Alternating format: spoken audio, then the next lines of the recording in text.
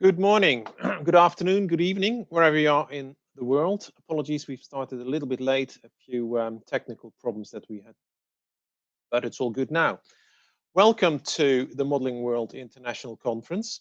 This is the 5th session in this year's conference, but as it is the first session in India, I will repeat the main points that I made almost 10 hours ago now when we opened the conference in Australia and New Zealand.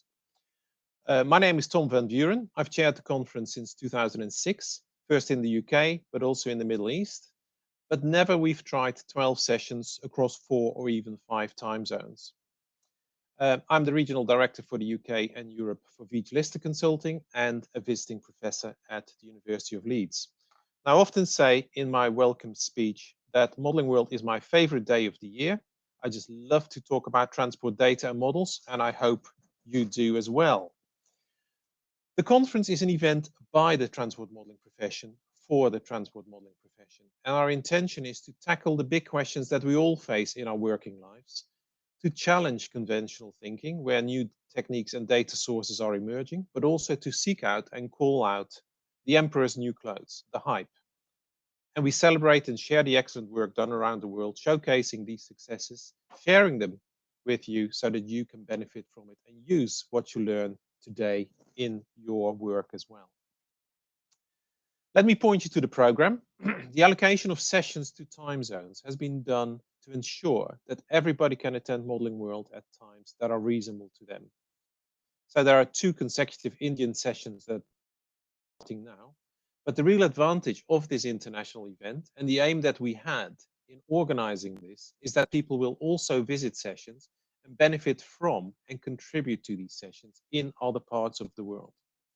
So please check out the program, see what else is happening outside these 2 India-specific sessions. And even if you can't attend all of them, they're all recorded and you can view them at your leisure later. And there is a recording button on the bottom left-hand side of your screen where the sessions that have already taken place are uploaded. For example, the excellent earlier discussion between Chris Loader and Professors Graham Curry and David Hensher on lessons that we can learn from post-COVID data and modeling in Australia. That was a really, really good. I recommend you have a look at that. Landor will send links later on to keep those in your to-do list when you get back to work. Don't forget, there's also an exhibition. Like the conference itself, this is delivered virtually. Now, the Hopin platform allows almost as good an exhibition experience as the real thing, unfortunately, without any free pens or free mugs or highlighters or whatever else you used to pinch when you walked around the exhibition booth in real life. You find the exhibition again on the left-hand side of the screen. So let's move on to the session itself. The topic is challenges for the current state of modeling practice in India. And what we want to discuss is how well transport modeling is established in India now, how it is helping decision-making in transport planning, in transport policy and project development. But particularly, we want to talk about what the obstacles are to modeling being embedded better in day-to-day Indian practice. To achieve that, we've invited speakers that are all very experienced, have significant research, teaching, and practical expertise. And so I expect a lively and insightful session. Now, the format of the session is geared towards debate. So each of the speakers will present for about 10, maybe 15 minutes. So we should, in principle, have about half an hour for discussion. And this is where you come in as an audience. Please use the Q&A function on the top right-hand side of your screen to ask questions of the speakers. And please do so in the conference room rather than in the event on that top right-hand side. Then I, as the chair, will try and capture these questions and distill the most interesting ones to share with the panel. Let me introduce our speakers. Ashish Verma is the convener of the Indian Institute of Science Sustainable Transportation Lab and the founding and current president of the Transportation Research Group of India. Serbjeet Kohli is the director of the India Office of STEER. Now, Serbjeet is not just a good transport modeler, he's also a top-class transport economist, and I should know that because he worked for me for about 8 years at the beginning of his career here in the UK. Pradeep Sarkar is professor and department head for transport planning of the School of Planning and Architecture in New Delhi, and his presentation will be jointly with Amit Kumar Jain, who is General Manager of Operations at the Center for Railway Information Systems. And then last but not least, certainly not least, Shalini Sinha is Executive Director of the Center of Excellence in Urban Transport and Associate Professor at the Faculty of Planning at CEPT University. You can find more details on these speakers in the program online. So let's start. Ashish, can I give you the floor? Thanks. If you can, yeah, I'll do that.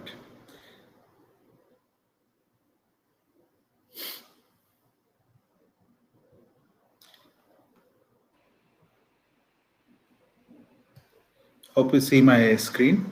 Yes. Yeah, the title slide. Thanks, Tom, and thanks to the organizers for this wonderful opportunity. And I'm honored to be part of this esteemed panel with my, esteemed colleagues who bring a rich knowledge. And hopefully, I'll do justice with my input. So, quickly going on, giving some, insights from my understanding about the challenges for current state of modeling practice in India. And to do that, I thought in one slide to set the Indian context correctly, or as much as possible, since this session is focused on India. It's a developing economy, and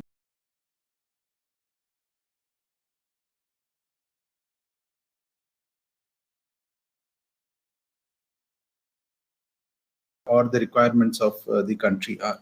And that's one of the important things. There is heavy in transport sector, and in fact in all sectors of the transport, whether you take air, road, rail, water, and whether it is urban or at the intercity and regional level. There's a rapid infrastructure development at all levels happening and for all modes. So I would say India is really going through a huge infrastructure development in various core sectors, including transport as one of the key sectors. Of course, India is a country that still sees a growth in population. We still have a growing population, but among that, a large proportion of our population is in the working age group, which again has implications of what kind of travel needs we see in our cities and regions. And of course, our cities are denser, and that requires in terms of not just the built-up density but also the population density. Since early 1990, we have been seeing exponential growth in vehicle ownership. There's again something that we need to keep in mind when we think about the Indian context. In terms of traffic, when you look at the traffic behavior, we have what we call as non-lane based system and mixed traffic system, which we nowadays technically characterize it as heterogeneous disordered traffic. There is, of course, high transport-related externalities, whether we talk about the road accidents and the fatalities, but also the connected emissions, especially PM 2.5 and so on. But in spite of all these challenges, we still have a situation where many cities still have a good trip mode share of public transport and NMT. The non-motorized transport that we have to keep. So I still see that there is a good opportunity to leapfrog when you look at some of these situations in the Indian context. And when I say opportunity to leapfrog, it's essentially in terms of looking at GDP per capita versus the cars per thousand population. And you would see that while historically the rich countries have seen this kind of S-shaped development, the point is when India is at the early stage of this curve, can we make it flat in terms of saturating the car ownership at a much lower level as we grow economically in the future? So that brings the opportunity to leapfrog.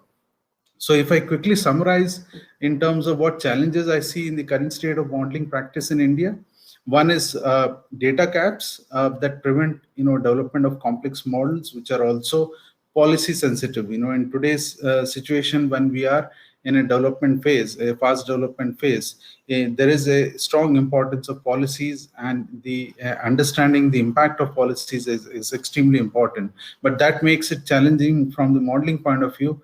But we still have data caps in terms of how do you incorporate the short trips, how do you incorporate the first mile, last mile trips, and so on and so forth. Second is modeling multimodal systems and their complex trade-off.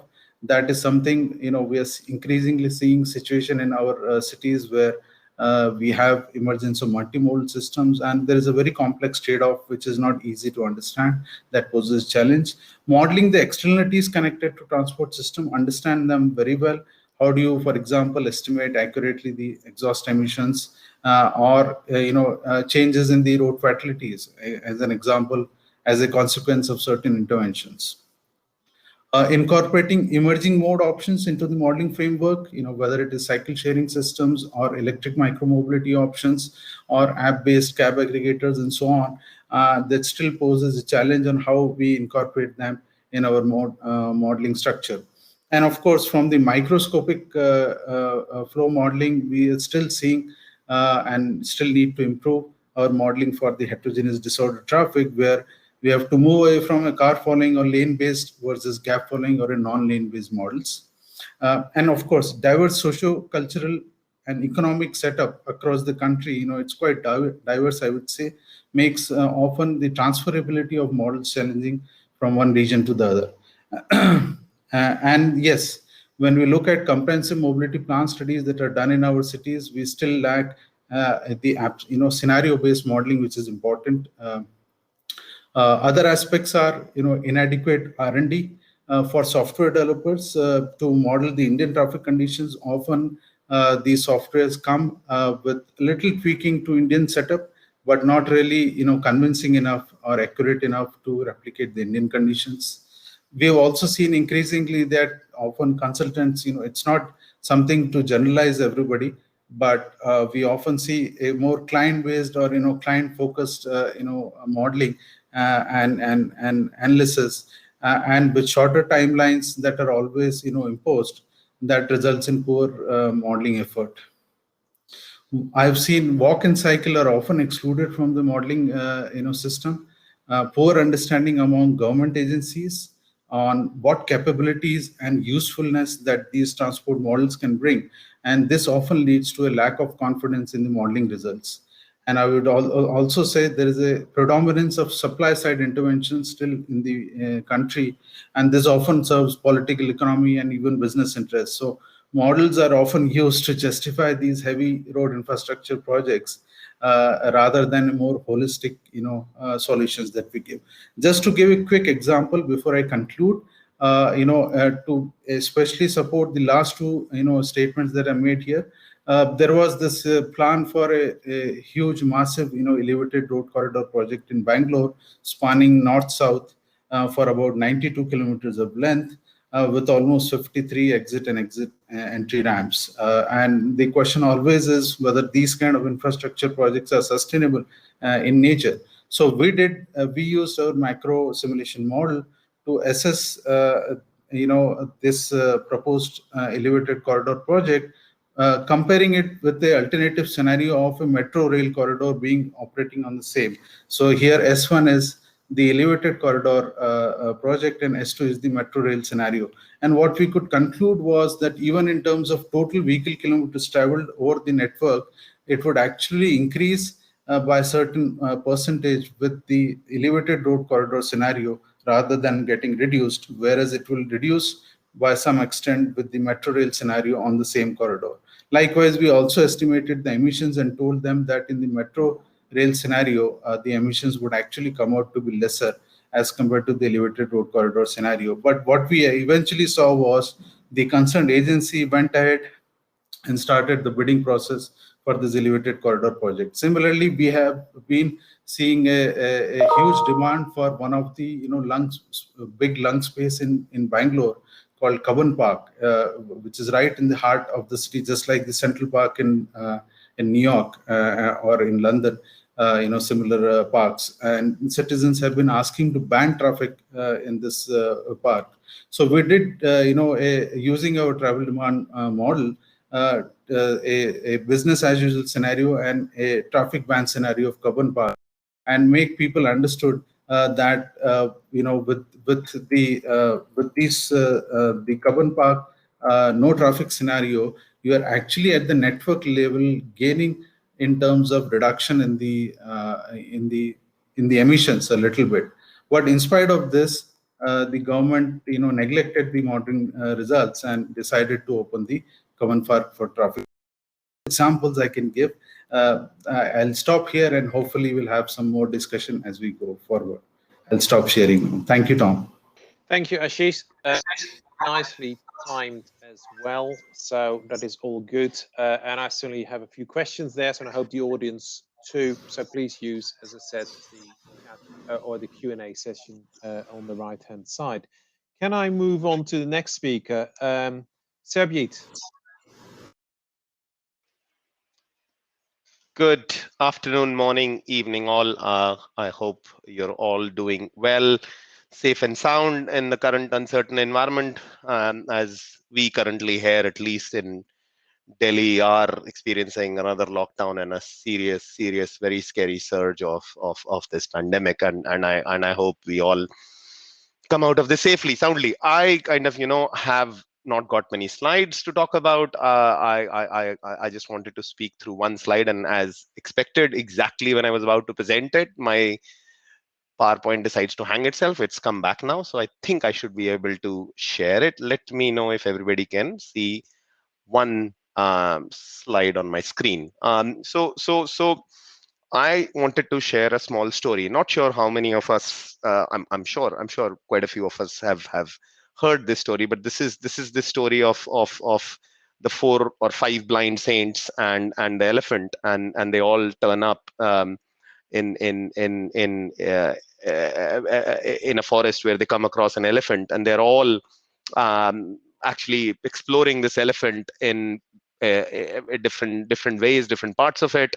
The saint who's most knowledgeable, holding the trunk, says, an elephant is like a big snake. Another one who's holding his ear says it's more like a sheath of leather. The third one who's holding the feet saying, no, it's actually like a tree. And the final one who's holding, in this particular image, the tail, it says it's actually like a furry mouse. And frankly, that's where I believe India's modeling currently sits. We all believe we know modeling and we know what to do with it. Frankly, it's very much being made up on the hoof. And I say this from experience of having worked in the UK and elsewhere in the world over 15 years before I moved back to India to set up the India office of STARE, where we again have been working with a number of both public, predominantly private agencies who are bidding for those projects, which Professor Verma was just talking to us about. And I think that's just the ground reality. That's exactly where modeling in India is.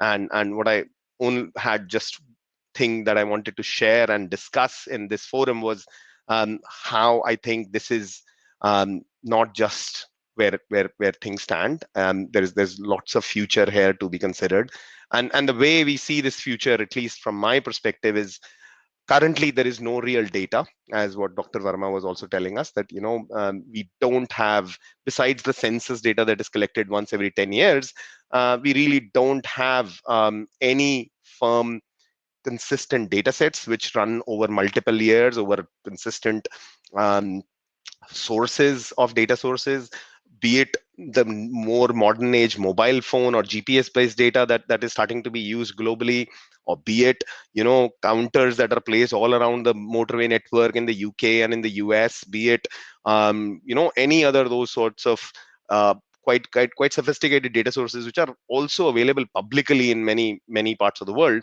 We don't have that. We just do not have any consistent. Every study starts with its own data collection, because largely it's held by private entities. They are not willing to share it because it's in their commercial interest to store that data. Even the data that is collected by public agencies is not accessible by you and me as a transport planner, you and me. Not to say that it's not something cities and transport planners and decision makers haven't realized. There have been genuine pushes and there have been cases. So that's kind of one big bottleneck I feel where modeling in India lies. It's largely kind of very little and patchy database. The other big hurdle that as a modeler I remember having to go through, what was back then referred to as web tag, and now it is online tag units, understanding what are the processes with the old kind of origins of it, went to DMRB, and I even remembered the exact chapters of DMRB units that I was able to download and understand. Actually, it was part of the design and manual of road bridges. We have an IRC, which is equivalent to of DMRB, but really it's again very much stuck in road construction, because that's where the country is. The country is still building its infrastructure. It is still focusing on how to deliver quality motorways, how to deliver quality assets around the country, which it needs. And I think that's absolutely warranted. And to some extent, that's also the need of the hour today. Any metro system that gets built in tier 1 cities does not have the question that whether a demand will emerge or not. The question is, how do you manage the demand? Yes, obviously the story changes dramatically as you go to a tier 2, tier 3 city like a Jaipur or a Lucknow or a Kanpur, where it does become a political justification. But then in some sense you think about it, and it's investment in the future, that the city wants to have a metro so that it doesn't go down that route, that actually when the need comes, you're then planning and thinking about metro extensions and rail investments, which is potentially the case that happens in many bits of the UK, at least, where my experience of working with several UK agencies was they were playing quite catch up in some sense. So you could say that there is political motivation in defining those needs. But then I think in the end, the key thing that also, even if you get hold of data, even if you manage to get hold of certain guidance which you can beg, borrow, steal from other parts of the world, be it the US guidance or the Australian guidance or the Indian or the UK guidance, when you go about applying it, there is no professional standard. There are no professional agencies. You really are struggling to actually go and justify that, I've done this all over the world, I can do it here because this works in world A, world B, world C, because then you have, multiple views, multiple iterations of people having experienced it from one particular aspect and not the other. And that further causes so much confusion, and then doesn't give the confidence in the buyer of these services. At the end, somebody has to pay for this modeling effort, pay for this data collection, pay for, somebody making this effort.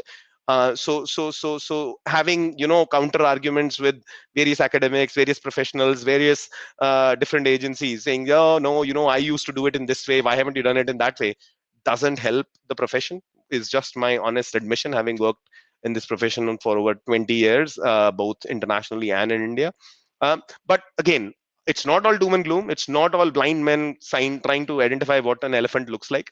It's India doesn't move in increments, has been my experience. We have more mobile phones than toilets in this country. We jumped the landline phase completely. We are going to jump similarly, I believe, the data issues that we've had in the UK of collecting manual data sets. Because technology is one thing that is omnipresent, and it's one thing that India adopts and takes it in its stride and moves forward. And some of the things that give me that optimism, give me that confidence that India can be a modeling powerhouse in the coming years is because the key ingredients exist. A lot of my friends around the world who are in the modeling profession are Indians or Indian origin. They have a mathematical background. They are very good analysts. They may not be as good storytellers. They may not be as good report writers, I have to say, as I don't consider myself to be one of the best in that field. But yes, numbers we get, numbers we can deal with. And I think that's where my confidence lies, that even when we go into this new world of real-time data, big data sets coming through, we have the capabilities. We are at the end, the software house of the world. The quarter of our exports are made up of technology, and the biggest technology firms, be it Google, be it Microsoft, be it Adobe, be it, even the financial firms that are leading technology, are run by Indians. So we know how to deal with technology. So I think that's where the leap, where India comes in, lies. We are already testing that. We are already seeing the proof of that. And the evidence of it is all the 826 toll plazas around the national highway network in the country went from having less than 5% penetration of electronic toll collection system, which in India is referred as FASTag, to 95% in a period of less than 18 months. And I think that's the example of leaps that I'm talking about. Now that becomes a huge database telling us exactly where commodities are moving, exactly where trucks are moving. And there is further enhancement that is now being planned, where e-way bills, which is essentially the tax bill that every consignment moving between point A and B has to be carried, is now being connected with the FASTag system. So not only do you know where the vehicle is moving, in the international network, you also know what it is carrying and what value of the commodity is it, what is the exact origin and destination of that vehicle. And that to me becomes, the gold dust that every modeler wants to have in terms of OD data with exact routes, with exact commodities. And that to me is, again, thing gives me real confidence that once that data at some point is anonymized and it's made data safe, will become real value of how we think about our national networks, we think about investments in these national networks, and can justify them. Because why a bypass around Bangalore is needed is because it has some of the most busiest national highway networks feeding it, which are mingling with the local traffic and causing too much accident, too much pollution. You need a bypass to take that through traffic away. And I think those are the kind of decisions today are based on political whims, maybe based on some basic modeling, but not quite firm data sets and analysis that we are experiencing in rest of the world. And then we are already looking at a GPS based tolling, where every RFID tag attached in every vehicle will be tracked through a gantry system, which will be connected to satellites.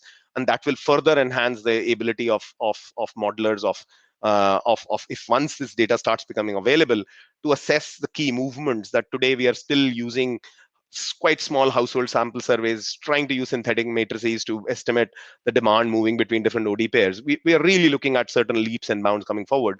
So I have a lot of hope. So I believe, the knowledge of modeling is more than the data. It's more than the guidance. It's more than the professional. It's why the saints became the saints. They knew that they have that underlying capability and knowledge to see the elephant even when they were blind. I'll stop at that. Thank you. Thanks, Serbjeet.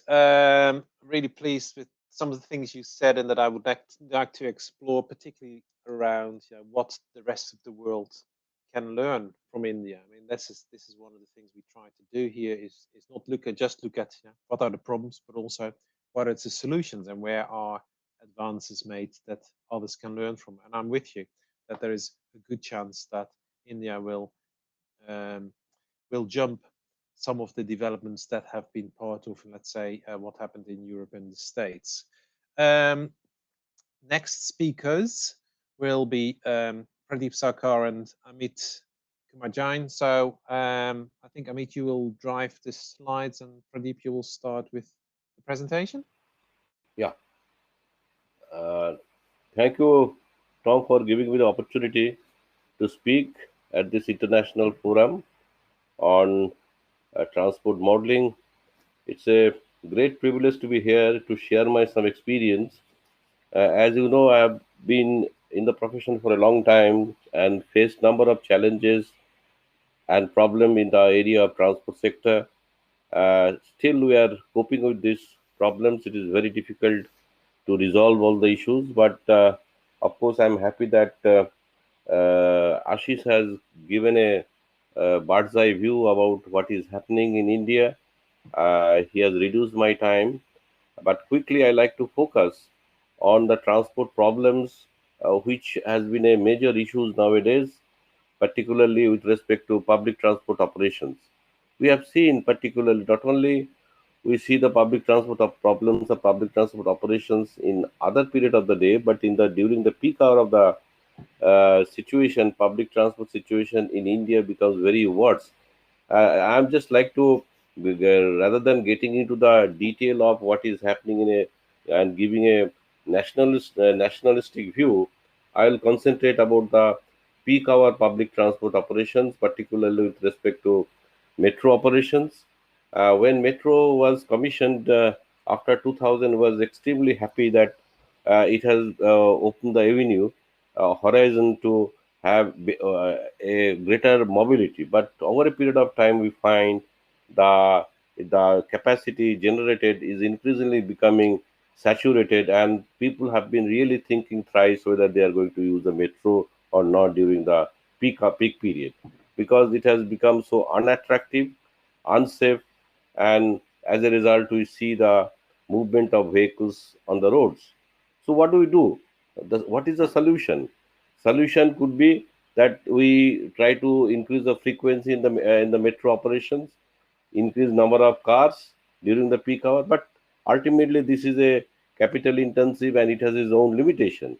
Keeping in view, we had to ultimately, this is our challenge. We have been able to address the challenge through developing a very innovative model. Innovative model because we have tried to see that we have to increase the capacity as well as also we have to see how to manage the demand. So when these two things are contradictory in each other, and then we have come out with a good solution, developing a econometric models, and that's a huge challenge. And we have been able to formulate this problem. Amit has come forward because he was a metro man at the time. He formulated the problem, and then we try to look for what kind of data to be collected, whether data to be authentic. With this manpower and the logistics, we have been able to see the adequate data was collected, and ultimately seen that though there is number of challenges with respect to the multiple sources of data, how the data to be put into integrated platform, which data to be used, which data not to be used, how the data to be corrected. Then we have to do the lot of statistical tests to see that the data we have just built over a period of time is scientific and can be used for decision making purpose. So therefore, we explored after exploring the demand options, and as well as what are the demand management options, what is the supply management options. We found that particularly the differential pricing method perhaps would be, basically an econometric modeling. To make use of this modeling, supported with, if we just increase the capacity in a manner so that ultimately the ridership, which is practically posing a great problem, can be discouraged and can be encouraged to move into the off-peak period. So therefore, we developed some kind of integrated metro peak hour modeling, and which is basically concerned with your differential pricing, supported with capacity augmentations, and ultimately you keep trying. If we increase 5 rupees, 6 rupees, then what is the extent of the load being reduced, and subsequently if you increase the number of cars during the peak hour, how the ridership can be balanced. We need to see the level of service do not exceed more than sea level of service. So finally, it's a great pride I'd like to share that we have been finally able to implement the model in 2017 with when DMRC intervened and say this is the time of the hour, this is the need of the hour. We need to ensure that peak hour congestion gets reduced. And October 2007, the model was what you call implemented, and we see that there's a lot of sudden reductions in metro ridership during the peak hour. Of course, we could not get into that validation mode. So, of course, I will now request Amit to, if we can extend further and get into the nitty-gritty, so that one can appreciate that how we have been able to resolve the problem and ultimately model was implemented in real life practice. So, with that, I'll just conclude and ask Amit to make his presentations.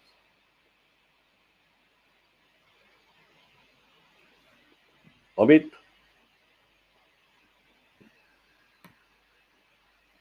Yes, sir.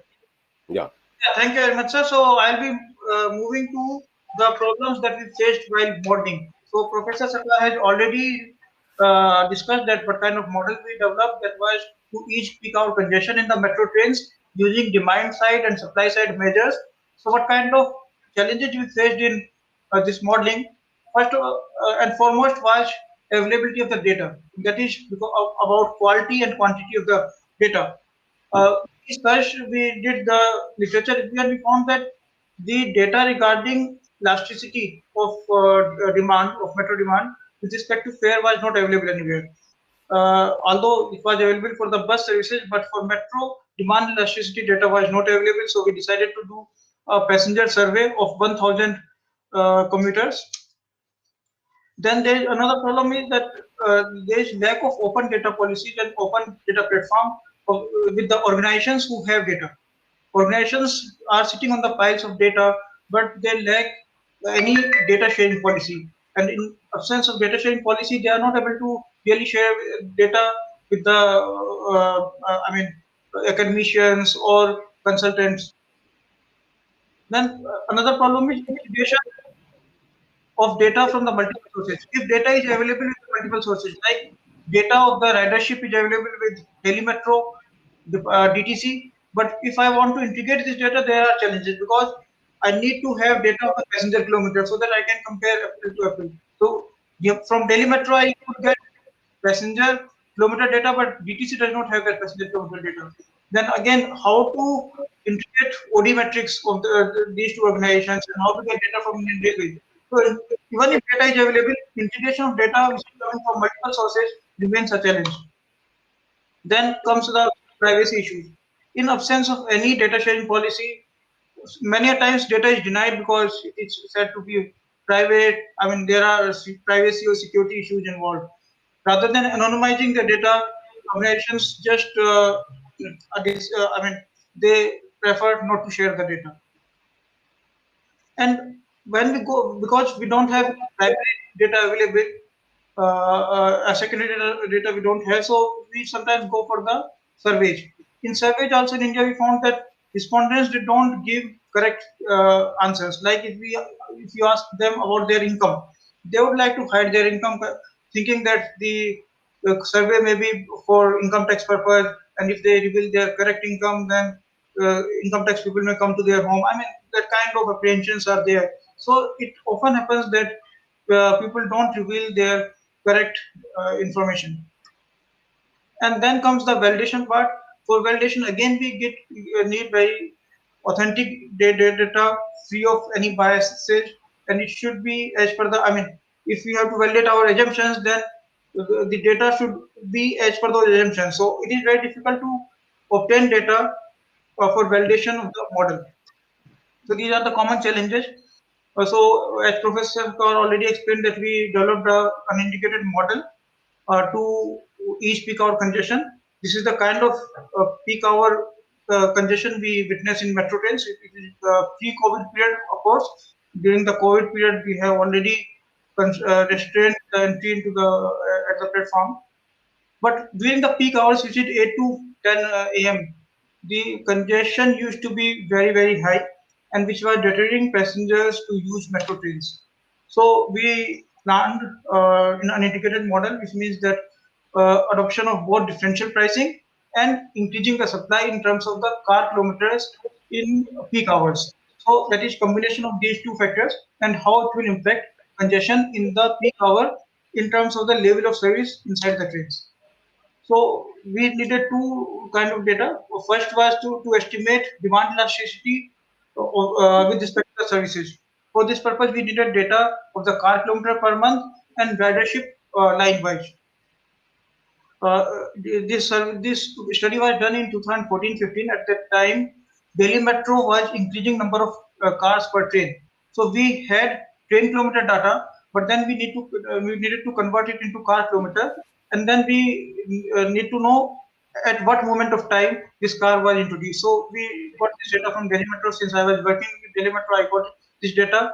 Then we also considered how the ridership is increasing. Naturally, organic growth. How much is the organic growth in the ridership without considering any increase in the services? And then the data we had was for complete network. We processed this data to find out line-wise ridership. Like a passenger may be moving from A to B over 2-3 lines. So we processed this data to find out line-wise ridership, so that we can find out impact of increase in the number of car kilometers over a line and how it has impacted the ridership. Then another point was estimation of demand elasticity with respect to fares for different segments of the passengers. So we did a survey of 1,000 respondents, population size of 2.5 million. The problems we faced because there were 6 lines operating, those were operational at that time. So how to find a representative sample? So we did stratified sampling over these lines. So number of samples were picked in proportion to the ridership of the line. Then we did survey of the respondents, and they, as I discussed earlier, the respondents were not forthcoming in giving correct information about their income, what will be their response if fares are increased. So then we had to explain them that this is an academic exercise. We want to know the elasticity of the. I mean, we had to explain that the purpose of this survey is not to get to know their income or income tax. We are not from income tax department. The purpose is more of academic in nature.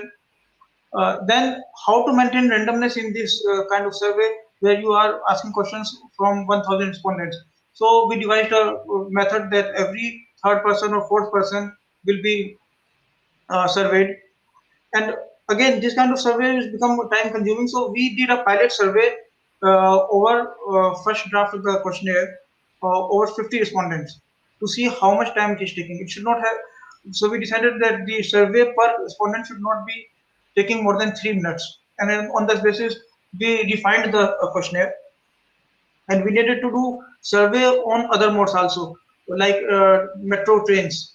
Buses, Delhi DTC buses, Indian Railway trains. So we took advance permission from these departments to get data and to get this survey done over these other modes of transportation.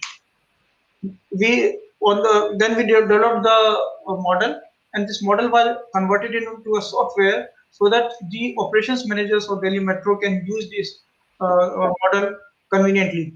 So a MS SQL server model was prepared, in which input was in terms of the present demand, what are the different passenger segments, what is their share, fare elasticity of different segments, then what is the present fare, service elasticity, and how many cars per kilometer or trains per kilometer are running.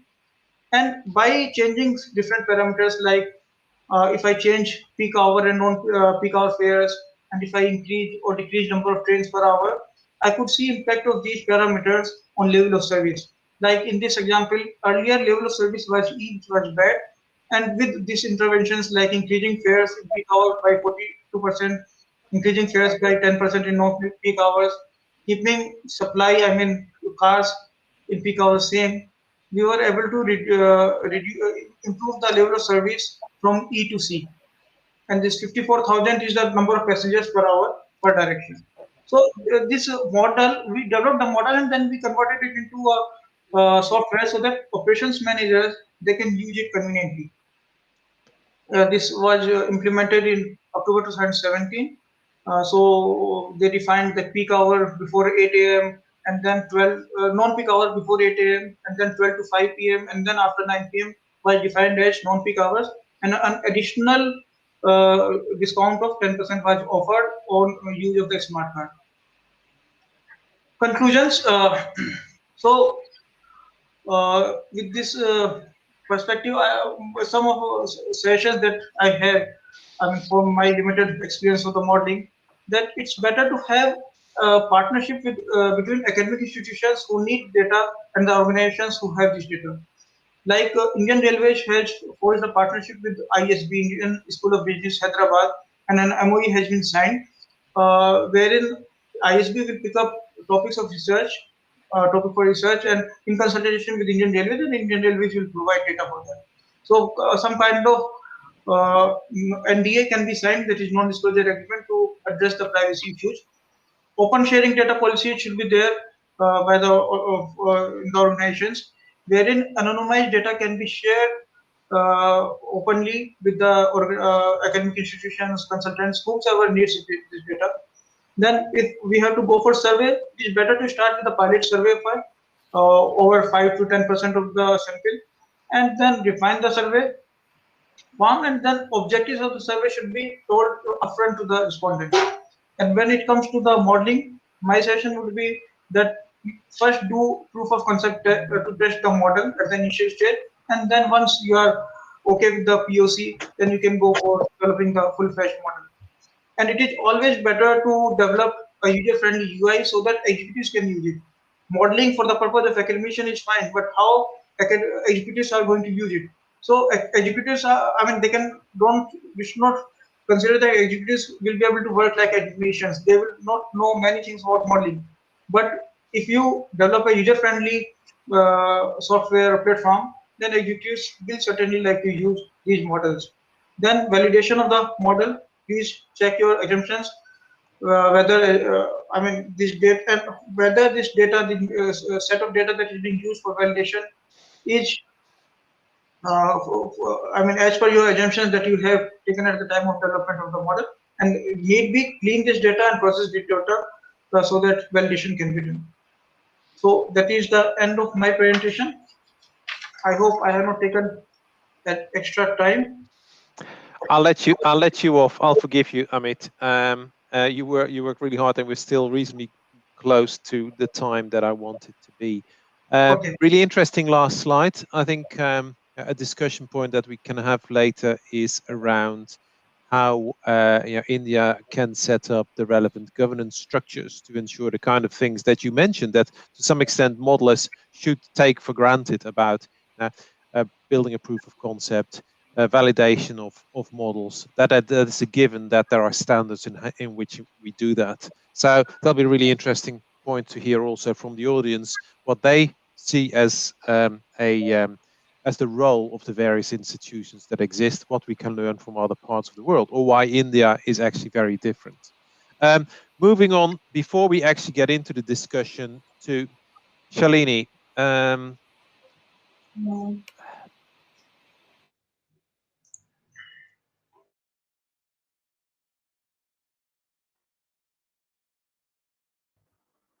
Thanks, Tom.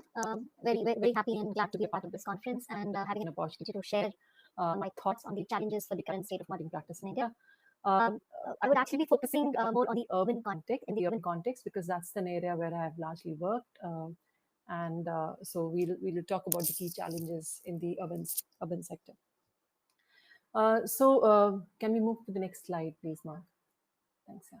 So just to give a brief background, I think a lot of these points have already been covered by Ashish and Serbjeet, but a recap maybe that the transport situation in India is very complex.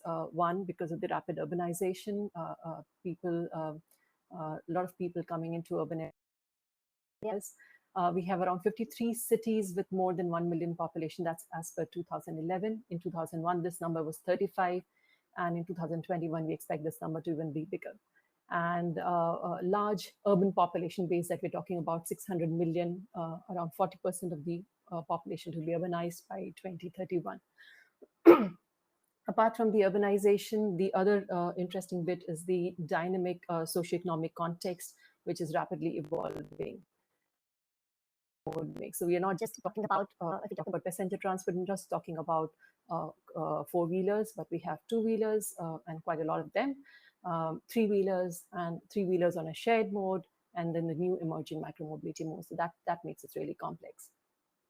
One of the direct impact of the rapid urbanization is the impact on the traffic congestion in the cities, and leading to poor air quality. We all know about Delhi and the challenges it is facing with respect to the air quality, and similarly in other cities as well. PM 2.5 a big concern, increasing accidents. In some ways, all of these factors having an impact on urban health as well as the quality of life in the urban areas.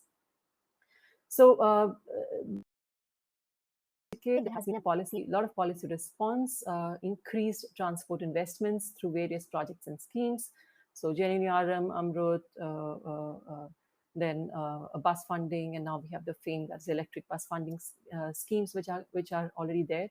And transport models, they have a very integral role to play in aiding these transport decisions. If we talk about the modeling situation, can we move to the next slide, Mark, please? If you talk about the modeling situation, so the first thing that we need to understand in terms of what are the different types of plans and documents that are prepared in the transport sector. So we have comprehensive mobility plans for the urban areas, which are long-term transport plans. Then we have alternative analysis reports, which is taking the proposed rapid transit corridors proposed under the CMPs or the comprehensive mobility plans and looking at a suitable mode. And then we have a detailed project report, which is detailing and designing the rapid transit projects. So in some ways, these three documents are linked to each other, and there's a hierarchy there. And then the fourth one is the sectoral plans or the local level plans. These are more largely initiated at the local level whenever the cities or the transit agencies feel that they are having issues with respect to bus or BRT network or the service design and the operation. With this in context, next slide, please. If we look at the transport decisions in terms of how do the transport models, it's largely in the strategic planning. That's the CMP, alternative analysis report, and detailed project reports. That is where we are using the transport models. So these are essentially the travel demand models which are being used to analyze the future growth scenarios, looking at different land use transport strategies, looking at what kind of strategic networks can be developed, and also looking and analyzing the feasibility of the new transit modes which are coming in. There are few instances of sectoral level plans which are done, but these are not really widespread. But this is, again, as I mentioned in the previous slide, they are based on the different transit agencies or the city agencies when they want to look at the public transport service and infrastructure design or the operations planning. Or in some cases, there is a new scheme and they want to do a local traffic impact. But these are very few and far between. Next slide. I would want to talk about 3 challenges. Next slide. The first one, as I think has already been mentioned, about the data challenges. So model is data intensive, and here I'm talking about the travel demand models, different kinds of data sources that we have. And in India, because there's no standard model which are available in the urban areas, so every time there's a new plan which is getting prepared, transport plan which is getting done, there's a new database creation exercise that starts, and that starts from scratch. While developing the model, it means that one will have to get information from different agencies and different sources, and that itself becomes time consuming and tedious. Most of the data sets are pretty much in aggregate form. For example, vehicle registrations is available at the urban level. We would not know by different subsets in the, at sub area level or the zone level. Are happening. Economic information is only available at a district level. We do not really have any urban level information in the economy. Population, again, is at the census ward level. So these are very disaggregate data sets, and what we need for model is pretty disaggregate set of information. One of the most important information is the travel demand information, and there are no rolling surveys which are undertaken. It means that when in a model, you need to undertake the primary surveys to capture the socioeconomic and the travel characteristics of the residents of the city. In this context, next slide, please. Just to give a glimpse, for example, if you're talking about network, it means literally you will have to start from digitizing the network, building in the attributes to the network. And all of this is very, very time intensive and a big task. Next slide, please. The second important aspect is that of the model ownership that I would want to discuss. Now, in India, the urban transport, we have a federal structure. So at the urban transport essentially is a state subject. At the urban level, there are multiple agencies which are involved in transport. So there are public transport agencies, bus agencies separate from the metro agency. Typically, BRT agencies would also be separate. The roads would be maintained by municipal authorities. Regulation would be done by traffic police. And hence, there is no overall overarching agency which is responsible for urban transport. That essentially means that every time there is a new plan which is being prepared, in different cities, there would be different agencies preparing or taking initiatives towards preparation of those plans. The second aspect is transport plans are non-statutory. They're not really required to be prepared every 5 years, every 10 years, and there's no periodicity to it. However, if one wants to avail of the central government funding for certain projects or schemes, then the central government mandates that you need to prepare the models. And therefore, the transport models are typically prepared by consultants. There's a new transport model which is done for every transport plan or strategy. The challenges, this leads to bigger challenges in terms of plans typically may not have same study area. The assumptions would vary from one plan to the other. Data inputs are not standardized, and therefore, can you really compare the results from one? And therefore, the larger question in terms of should have the ownership of the model. Should the city own the model, and that gets used for the different studies that we are doing, and what should be done?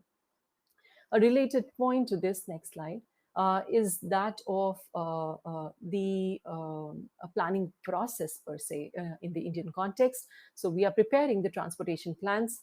We also have a statutory master plan or the development plan that the cities prepare, which essentially talks about the growth areas, which talks about the future land uses, development control regulations, and the future road networks. So these statutory plans are prepared by the Urban Development Authority every 10 years, and the plan horizon is 20 years. And what is interesting is plans and the comprehensive mobility plans, they are not really done concurrently. And do not really take into account the comprehensive mobility plan outputs as well. So what essentially happens is the development plan is not really considering the transit networks. It is largely focusing on the road network. Instead, when you're looking at the comprehensive mobility plan and you're looking at the transit networks or the rapid transit networks, typically the assumptions are made in terms of how the growth is going to happen along the corridors, and therefore what kind of ridership could be expected. So, and that is not really built into the development plan or the master plan, except in a couple of cities where this has happened. And therefore, when there's such a disconnect between the spatial development plan or the land and the transport plan, then the larger question in terms of how reliable are the outputs there. So just trying to sum up in terms of, next slide, please. In terms of the way forward, what can be done. So more recently, over the past 5-6 years, I think the government of India has been focusing, or last decade actually, focusing on preparation of so there is a toolkit on how to do a comprehensive mobility plan, alternative analysis report, which is detailing out the methodology part of it. Since transport model is an integral part of these plan preparation, because and that is why these guideline documents or the toolkits should extend and also cater to providing guidance on how the transport modeling should be done and economic appraisal should be done, what should be the assumptions, inputs. So it could provide guidance on that also. The second point that I would want to talk about is leverage data sources. There are existing databases, many of them, as already talked by Dr. Amit, that they're not really in public domain. For example, if I just take an example of economic data, for example, the city has different property types in the city. This information is not really in the public domain. So if there's a possibility of leveraging the existing data sets by anonymizing the form, that would really be helpful. Having said that, there is already at the central government level of having this national data sharing and accessibility policy, in which it is trying to develop an open platform, and there's already some information is flowing in through the NIC website. There's another initiative of Knowledge Management Center at IUT by the Government of India, in which they have been trying to put together information of different plans and projects which have been done in the urban area. Another important aspect linked with leveraging with the existing data sources is the big data, which is being captured by the cities, but not really utilized in full potential. So is there a possibility of putting them together in a framework, putting them on a platform so that it becomes much more usable and provides much more reliable and accessible information to the modelers? The third aspect is the ensuring coordination between land use and transport. Now, this is a very important aspect. So when we're doing the planning, how these two can be related, because they cannot really work in isolation. Having said that, there are challenges with respect to how does transport influence the development alongside and the demand there, and that's something which is not really very well understood, especially in the context of the developing countries, and how can that be made better. Model ownership by city, should there be a lead agency which takes charge of the model? There will be challenges with respect to the institutional capacities, and how can that be strengthened? Can there be a better network of the lead agencies and academic institutions supporting them? Most of the academic curricula that we have in the university sometimes is more modeling as a skill and not really as a science. So how can that can be brought together so that we have models which are far more applicable in the Indian context? And the last point that I would like to end with is, can we go beyond strategic models? We're largely focusing on the strategic level plans and using the models there, but at the subsidy level, on tactical level, and local level in different domains. So looking at the freight, looking at pedestrians, talking about the multimodal planning there, looking at the travel behavior analysis and the commuter choices. So that's something which is very different from what we see in the international context, using the big data and the modeling. And again, the technological barrier that we have in terms of the most of the software or the modeling that is currently existing is for the global north, and how can that be really modified, have more suited for the developing economies like India. Next slide, please. So that is where I would want to end. Thank you. Thank you, Shalini.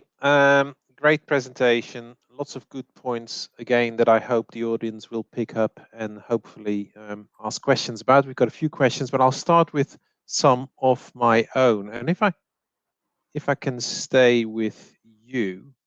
By the way, you said modeling should be a skill, should be viewed as a skill, not a science. I've been told that modeling should be a craft, which contains components of science and understanding, but also experience about what works in certain situations and what not. And I think that's a really good sort of analogy to make. I'm going to ask you a question which is perhaps unfair, but hey, let's go for it. Do you think that actually the models in India should be simpler rather than more complex, because we're in a sort of an emerging and developing skills and governance situation, that the models are actually just too complex to deal with the complexities that actually are playing?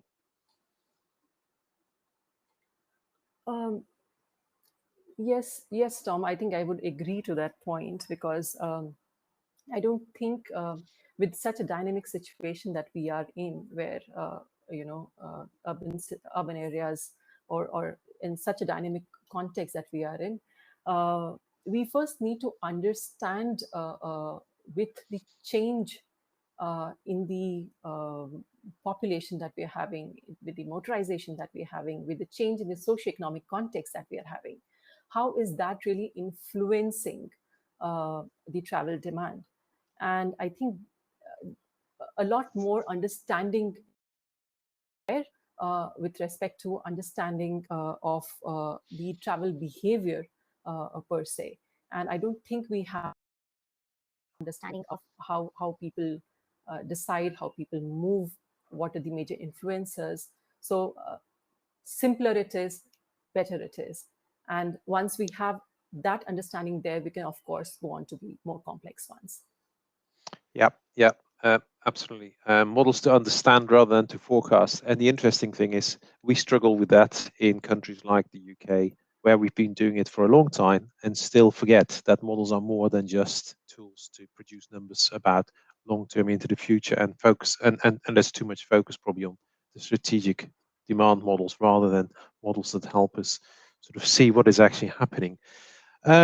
Related to that, I wanted to ask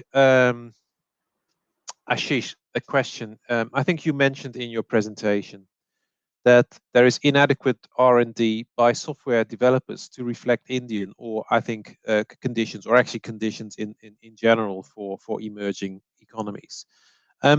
If I was a software developer and sort of was considering that question, what do you think the market would be for my products if I put that investment in? I know, and that's actually one of the reason why the software developers coming from other countries, from the developed world, don't spend too much effort as well as resources on tailoring these softwares for Indian condition, mainly because of the kind of traffic system that we have would not be representative in many other countries. But of course, you have a lot of Asian countries, you have South Asian countries, I would say, probably in Africa, where you would see a lot of similarity in terms of the traffic system and the travel behavior that we see. So it's not something very unique to Indian context. You can still find, the market for your software in some of these other countries also. And I would, in fact, I had a lot of discussion with colleagues in US and other countries on the future of CAVs, the connected and autonomous vehicles that we think about. And if you look further in future and imagine a situation where you have all CAVs on the road, my understanding and also from the discussion that I had, the scenario of CAVs would be actually like the heterogeneous disorder traffic that we have presently in India. So I see, a huge value of understanding these kind of traffic system in future in the context of CAVs also, because you would have, everything would be mobility as a service.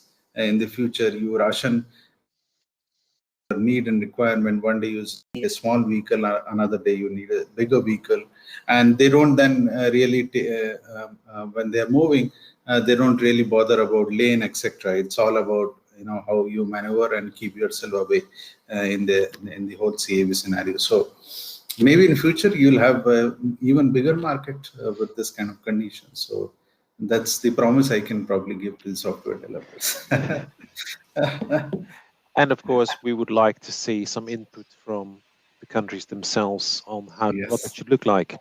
There's a few questions that came from the audience, which I think have got a similar theme, and it has been touched upon by you as presenters as well. So let me point this question to you, Pradeep. There's a failure, and I think many of you have talked about, to convince the decision makers of the value of the models, of the realism of the models, and of the credibility of the numbers that are being produced. What are your thoughts on how we can improve that trust that decision makers have in the modeling and the data analysis that we do as professionals? You said a very sensitive point, which normally we face. Many times when you develop a model, doesn't give the guarantee that the model is going to behave in a very realistic manner. So whenever there is a chances of failure, that kind of things occur, I think that is going to be lessons for the planner to judge why it has gone wrong. Because most of the times planner, once they develop the model, they do not keep in touch with the reality. Because now, and this is some kind of lack of professionalism sometimes we find. The reasons for which it has gone wrong that got to be analyzed in detail, and then we'll have to learn the lessons so that this kind of failure does not occur in near futures. So that's my way I look at it. And most of the time when I develop a model, I have been very successful in many cases, but I have not seen this kind of failure. But this is my apprehension that in any failure occurs, it should provide me a lesson so that it doesn't happen in near futures. And I should also disseminate this knowledge to my other professional friends. Thank you, Pradeep. Does anybody else have a view on how we as modelers, present, deliver our messages and our model results in a better way? Ashish, I think you put your hand up. Yeah. Thank you. So, it's not easy. This question coming from Professor Shivanand Swami, and thanks for asking this question. In fact, he knows this much better since he have dealt with the government agencies quite closely and has influenced policies. In my experience, I would say, I've tried different kinds of approaches to do advocacy based on what we see and understand from our models. As long as you do a thorough job and understands the limitations and assumptions behind the model, and you will have confidence on how much your model is good enough to support decision and decision making in government. And with that, I've often tried taking these results directly to the concerned agencies, to the concerned officers, and explaining them and so on. But the challenge I have always faced is is of course their inability to understand the complexities of the model and appreciate what is coming out of that. So that's a challenge that I initially understood, and then realized that while you may do, you got to explain and make these policy makers and practitioners understand in very simple language, in a very simple. You may have a very complex model at the background, but you should have the ability to explain in the simple way. That's one way to possibly improve the decision making and support it with this. But that also doesn't work. As I mentioned, in one of the challenges is the political economy and business interest. You may talk all sense, but they will still not listen to you because they have something else in mind, and for some other reasons, not technical reasons and not logical reasons. Okay, so in that case, how do you really push the model outputs and make decision making go in the right direction? So I have understood is what I have understood in a democracy like India. The people, the power of people really speaks sometimes and forces the decision making sometimes in that direction. So I do a lot of interaction with the citizens group and citizens forum who have voices, who really want to understand the implications of what government is planning or what decisions they are taking, whether it is good for them as well as for the city on a larger aspect or not.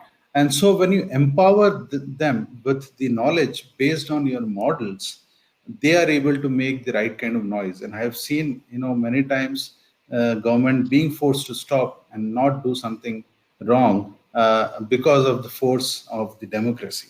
And I have also seen many of these groups using these model outputs and results in their PILs, in their public interest litigations in court, and asking government questions and justification for doing certain thing. And there have been at least few cases which I mentioned where government has been forced to rethink. So these are some of the other ways I have found to do the advocacy and make the model results speak for themselves in practice. Thanks, Ashish. This is a very good point. And I think it's something that we come across around the world, that the models themselves should be also information tools that are accessible to the people who are going to be affected by the policies or plans.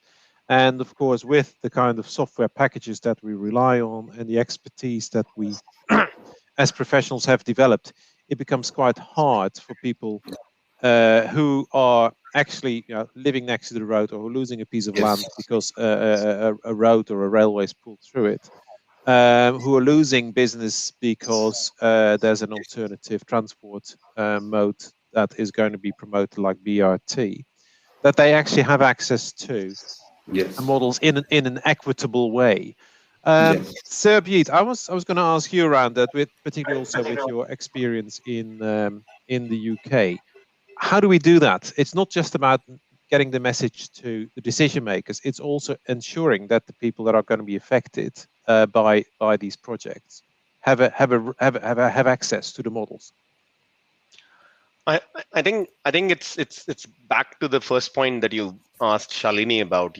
How can we make the messaging really simple and logical? That it's about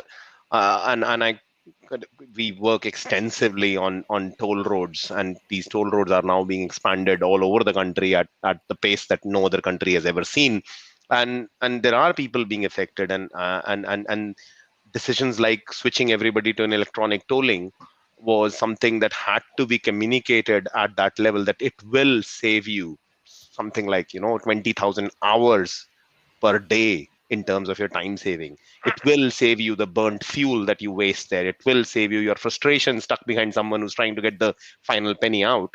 And you see the impact that people are genuinely switching, people are genuinely behaving in the way you expect them to behave.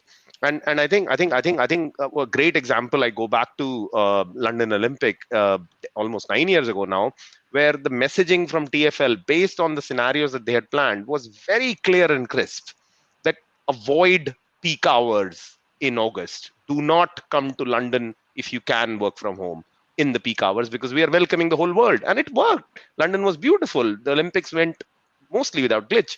And I think it's about getting that messaging right. And I think there are examples out there that we as modelers, we as people who are speaking decision makers can choose, rather than going into the nitty-gritty details of, here is the lambda, here is the theta, here is the mode choice that I have developed using these amazing parameters that I have researched from all over the world. Here is the message that I have for you. I think that's where we need to move, really. Yeah, thanks for that. And you're right, there are good examples, and I'd like to see more of those examples where models have made a real difference, and not at this sort of really detailed level of what the BCR was to the nth decimal, but how it had informed decision making and how it has informed information for the public. Can I ask you another question here, Serbjeet? And it's about and others will have a view on this as well. I obviously hear two strong messages apart from the communication. One is the ownership and availability of data, and the other is the ownership and availability of models. Now, that is, to me, can be potentially solved by proper contracts. Well, who owns that problem? How are we going to nail this down? Because without data and without models that can be reused by the cities, we are throwing away an awful lot of money and an awful lot of time. Yeah, I think there are plans and thoughts afoot about this national data sharing platforms that the central government is now coming up with. There are efforts being made in cities like Bangalore, Hyderabad, of likes of the Ubers and Olas, the taxi hailing apps, to put their data available for transport planners to use. So I think fundamentally it will move when, going back to Professor Verma's point, when individuals, participants of people who suffer from the plight of congestion or lack of availability of public transport, they have the influence on the decision makers, and they then say, we need this information made available to us. And that's when I believe a step change will occur. We've seen this happening with the equivalent of the FOI process that the UK set up. The RTI equivalent of that in India has made huge levels of gains in transparency, that lots of public organizations now need to share data openly, and you can claim an RTI and the information has to be submitted, otherwise Supreme Court would be at your back. So there is some statutory changes that are starting to take place, and more important than that, decision makers, policy makers are realizing, a lot of their policies are not really based on data. So that push of actually how do we make these models come alive and stay alive over multiple years is something that is really being discussed. So we are at that early phase, perhaps where we were, and I keep saying this in my experience, that where UK was probably 20-30 years ago, we are sort of entering that phase that we believe those questions are being asked, and I think the right answers exist from the lessons we have learned all over the world, and it will end up being the decision makers telling these agencies, this modeling platform that you are going to build is based on public money that is being invested, so it needs to be accessible to the public, and you have to make sure that this information is accessible. I think that's where us as modelers will have to voice our strong support of that approach, rather than saying, no, this is my model, this is my data, I have invested my professional efforts in it, so I'm not going to share it with anyone. No, I don't think we will have that facility available to us going forward. Yeah, I think that's right. I'm going to pick you up on the point that you made. India may be 20-30 years behind the UK in terms of model development and data, and the governance around data and so on and so forth. Shalini, I think you mentioned that in your presentation as well. What sort of the green shoots that you see that means that not only can these things be set up efficiently, but also that some of the problems that we are now facing in the UK, such as a profession that is very good at using the tools that they've grown up with, but are struggling with perhaps the new questions that need to be answered because their toolkit can't deal with that. How can India sort of avoid that sort of narrow capability that potentially is stopping us from dealing with the new questions? So Tom, I think I mean one good part is we are not really far into that process, that we are tied with a very set of process-oriented modeling. Though I would say that modeling till now has been more of looked at more as a number crunching kind of a mechanism rather than something which is helping us in the decision making per se, or evaluating things, or testing different things, or trying to understand what is happening now. I think it's a very interesting phase right now, because on one hand, we are struggling with data. There is data which is not in public domain, and not in public domain also because probably there is somehow a lack of understanding of how this information could be useful in the decision making. So I think that there is a lack of understanding of how different data sets, when put together, can help us understand the situation better. On the other hand, we have a lot of ITS applications that we are seeing in our Indian cities right now. So if we talk about the urban context, speed cameras or traffic counters or automatic fare collection system, and huge amount of data sets are being, we are seeing that being captured, but really not utilized to the potential or to the full potential.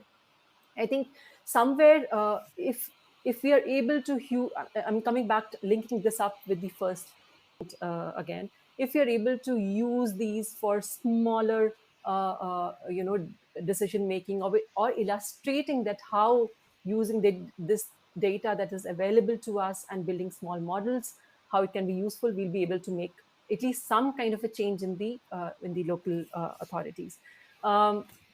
We as an working with a lot of local authorities, and we have been supporting them in a lot of transport projects as well as in modeling projects. So in our own small way, we try to do this to at least build a little more even realization that, things this data can help you in understanding the behavior of how things are happening in health, maybe making operational changes to your system. Or so I think this, again, something which is not limited to one institution, but something which can be scaled up in a much bigger manner.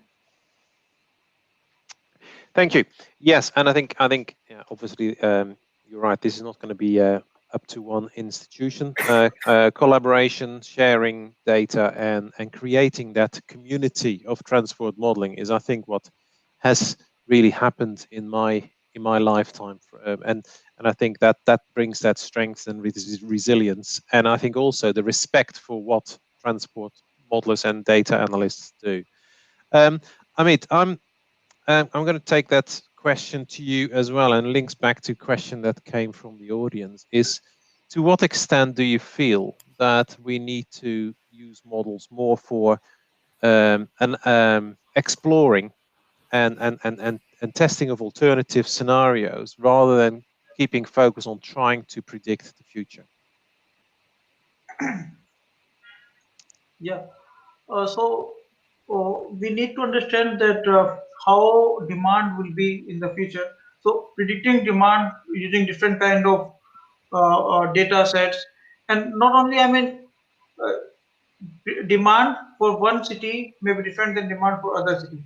So how demand is increasing in a city, that may be dependent on number of things, like a particular city may be important from tourist point of view. So the demand may be static over the time, but for on certain occasions this demand may grow, because like there is a vacation period, the demand may grow. So we need to understand which are the data sets that are required to predict the demand for this particular city, and then we need to model it as per the kind of city that we are working on. Yeah, So yeah. I think what you're referring to there is sort of the sort of a change in attitude from predict and provide to decide where we actually want to go to and actually using our models to try and do so.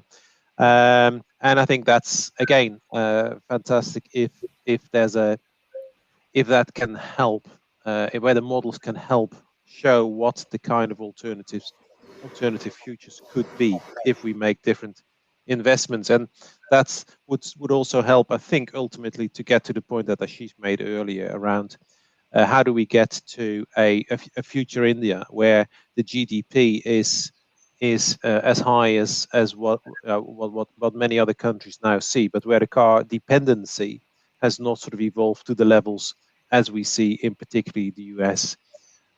So I think I need to start bringing this session to a close. There are many further questions and I would love to have talked longer, but it is a conference, and a good thing about a conference is that if you get to the end and you haven't run out of questions, that it obviously has been a really insightful session. So I want to thank all the speakers. I want to thank you for your presentations. I want to thank you for engaging in the questions and answers. I want to thank the audience for coming up with the questions, for taking part in the debate. It really is what makes, for me, Modeling World what it is as a platform, as I said, for sharing new ideas, for challenging how we are doing things, for learning from each other. So I'm going to bring this to a close. Don't forget, the next session is, I think, in an hour's time. Let me just quickly look. 12:30. No, it's in half an hour's time. In the meantime, please visit the exposition which you find on the network on the left-hand side, or see if any of your friends or colleagues are online in the conference and say hello to them as well. So I hope to see you all in half an hour. Thank you. Thank you. Thank you. Thank you. Bye.